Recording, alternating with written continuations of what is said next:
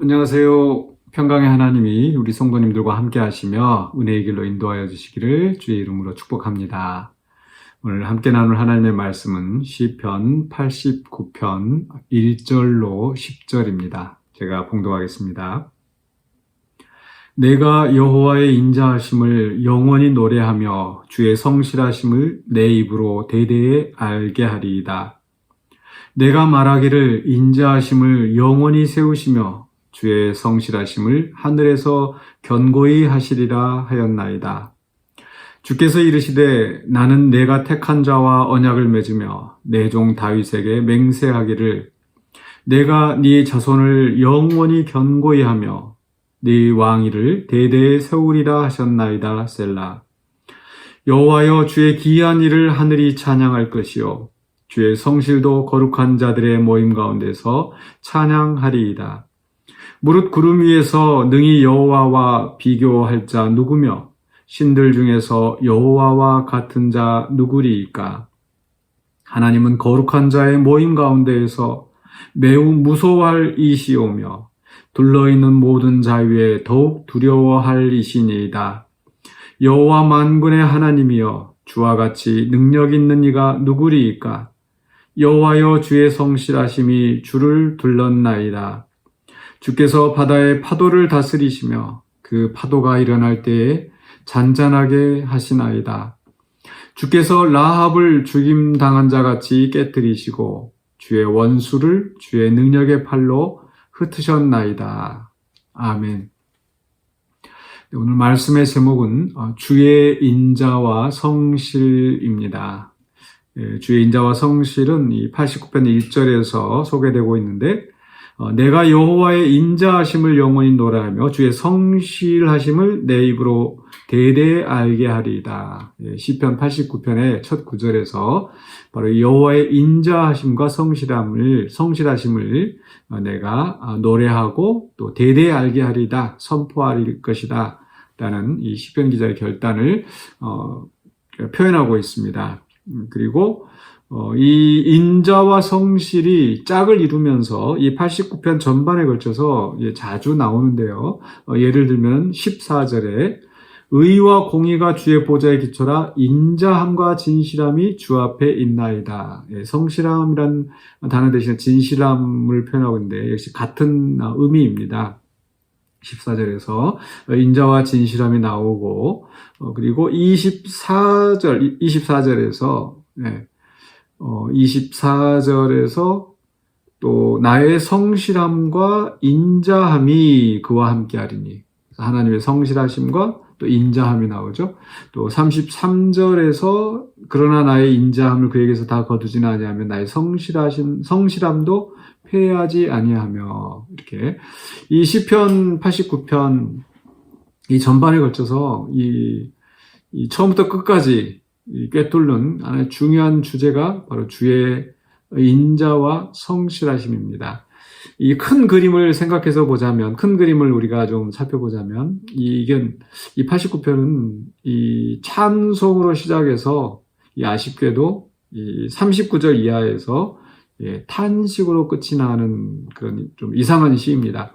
보통 이제 시편의 이제 이 시들을 보면 탄식으로 시작해서 하나님에 대한 확신으로 또 감사와 기쁨으로 이렇게 바뀌어지게 되는데 이 89편은 거꾸로 찬송으로 시작해서 탄식으로 끝이 나는 그런 시인 거죠. 그래서 이 시편 89편의 전체 흐름과 함께 우리가 그 핵심적으로 89편에 흐르는 내용이 이 인자와 성실이다. 주의 인자와 성실이다. 그래서 오늘 1절부터 10절까지만 우리가 일부 처음 부분만 살펴보는데 여기서 이 주의 인자하심과 성실하심을 주로 다루고 있는 이 시편에서 주의 인자는 무엇이고 성실하심은 무엇일까, 또 그것이 우리에게 어떤 의미가 있을까를 생각해 보는 것이 아주 의미가 있을 것 같습니다.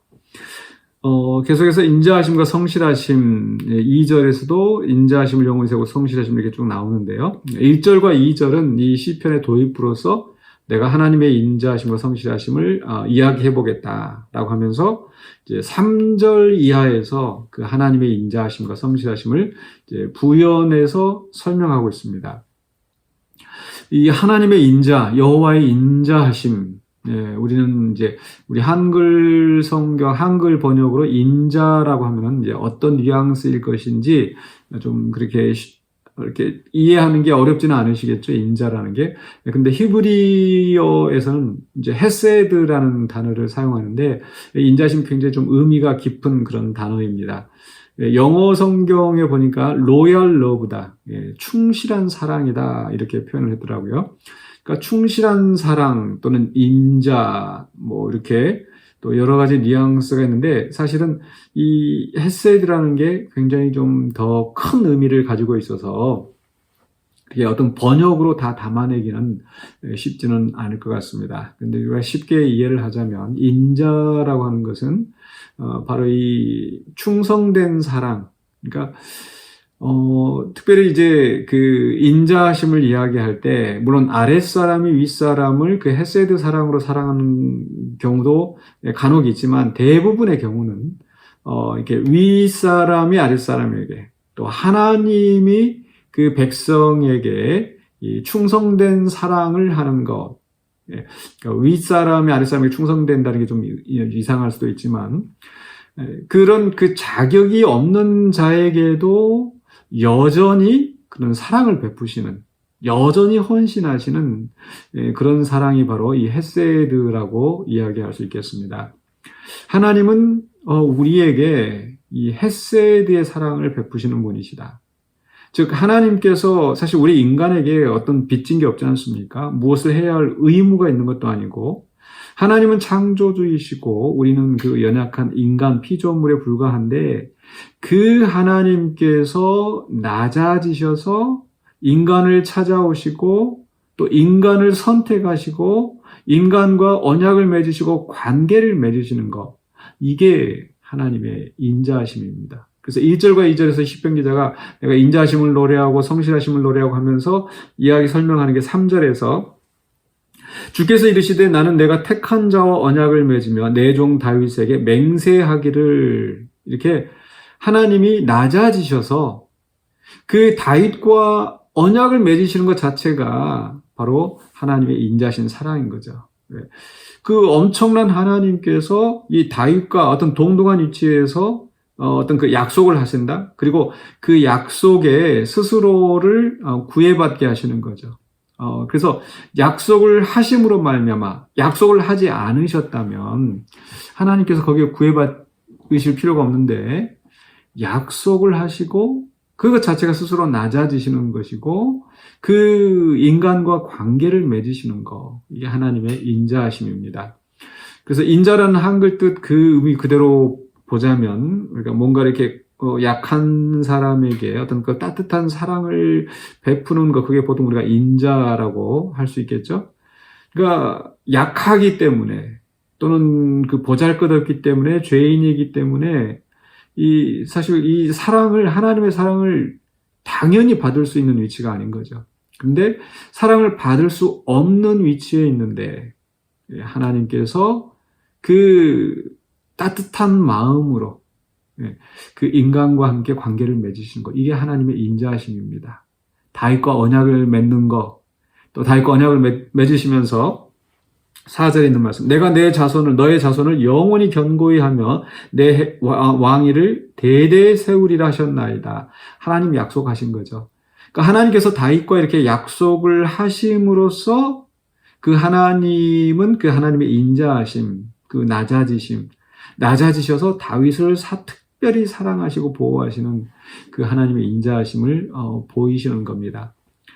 우리는 이 하나님의 인자하심을 그렇게 기억해야 되겠습니다. 그러니까 하나님의 인자하심, 어떤 불교에서 말하는 어떤 그 자비하고 조금 다른 개념입니다. 즉 하나님과 우리가 엄청난 그런 그 간극이 있고 차이가 있음에도 불구하고 하나님께서 우리를 하나님의 형상으로 지으시고 또 하나님의 자녀로 선택하시고 구원하시고 그리고 우리와 구체적인 이 관계를 맺으시는 것, 그것이 바로 하나님의 인자하심이라는 것을 기억하시기 바랍니다. 즉, 그래서 우리가 하나님을 믿고 예수 그리스도를 믿는 믿음으로 말미암아 하나님의 자녀가 됐다는 그 사실 하나만으로 우리는 하나님의 인자하심을 풍족하게, 정말 너무나 엄청난 그런 인자하심을 우리가 받고 있는 존재라는 것을 기억하시기 바랍니다. 하나님께서 우리를 먼저 선택하지 않으셨으면 우리가 하나님을 알 수가 없고, 하나님이 우리를 사랑하지 않으셨으면 우리가 구원을 받을 수 없습니다. 그래서 하나님은 그 엄청난 인자하심으로 낮아지시고 우리와 관계를 맺으시는 분이라는 거 기억하시기 바랍니다. 자, 그렇다면 이제 성실하심은 뭐냐? 그러니까 이 높고 높으신 하나님이 천한 인간 또는 다윗과 언약을 맺으시기까지, 선택하고 특별한 사랑을 보이시기까지가 인자라고 한다면, 이 성실하심은 그 이후에, 즉 하나님께서 약속을 하신 그 말씀 그대로 성취하신다라는 거죠. 이 성실하다라고 하는 이 단어는 우리가 기도하고 나서 아멘이라고 하는 단어 있지 않습니까? 아멘. 진실로 그렇다. 하나님 그렇습니다. 맞습니다. 라고 동의하는 게 아멘이죠. 이게 바로 성실함에 쓰이는 단어입니다. 우리가 이제 보통 성실하다라고 하는 것은 어떤 면에서 성실하다라는 표현을 씁니까? 한글에서. 그러니까 어떤 학생이 그 자기의 주어진 본분을 착실하게 이루어 나가는 거, 또 일하는 사람이 또 일을 해야 되는 몫을 빠짐없이 또 진실되게 이뤄내는 거, 이게 성실한 거죠. 즉 하나님께서 그 다윗과 언약을 맺으시고 그 언약을 맺으신 것을 하나도 빠짐없이 신실하게 이루어 가시는 하나님이라는 겁니다. 우리 하나님은 그런 분이세요. 우리에게 찾아오셔서 우리와 관계를 맺으시고 하나님의 인자하심으로 또 그렇게 관계를 맺으시면서 약속하셨던 것은 반드시 성취하시는, 그래서 우리가 정말 믿고 의지할 수 있는 그런 하나님이시라는 거죠. 그렇다면 이렇게 하나님께서 이렇게 그 약속하신 것을 신실하게, 성실하게 이루시기 위하여서 그 필요한 게 뭐냐면은 바로 하나님의 능력입니다. 그래서 오늘 그 8절 말씀에 보면은 이렇게 되어 있죠. 여호와 만군의 하나님이여 주와 같이 능력 있는 이가 누구리까? 여호와여 주의 성실하심이 주를 둘렀나이다. 해서 성실하심과 능력이 있으신 분을 이야기하죠. 즉 우리가 어떤 약속을 하고 그 약속을 지키기 위해서는 그것을 지킬 수 있는 힘이 있어야 됩니다. 그러니까 선한 마음만 가지고 있어서 안 되고 선한 마음과 함께 능력이 있어야 되는 거죠.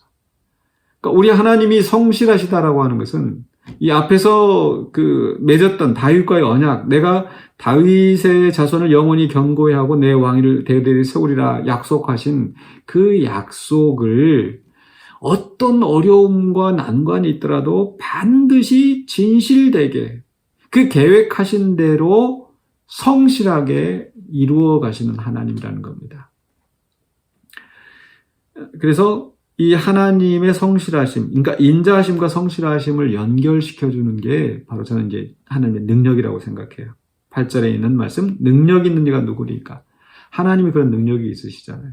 능력이 있으시기 때문에 9절에 바다의 파도를 다스리시며 그 파도가 일어날 때 잠잠하게 하시는 분.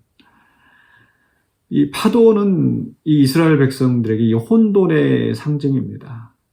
고대 문화에 있던 사람들은 그런 그 바다, 우리처럼 이렇게 어떤 배를 띄우고 또는 어떤 수영을 한다든지 이게 없지 않습니까? 그래서 물이라고 하는 것은 굉장히 무서운 존재예요. 죽음의 자리예요. 땅은 일을 하고 열매를 맺고 하는 그런 생명의 자리라고 한다면 이 바다의 파도, 혼란과 두려움의 대상인 거죠. 그런데 그런 바다의 파도를 잔잔하게 하시는 분. 10절에 라합을 죽임당한 자 같이 깨뜨리시고, 앞에서도 라합이 한두 번 나왔던 것 같은데요. 바로 이 신화적인 그런 동물, 또는 이제 나눠져 보면 이제 애굽이라고 했는데,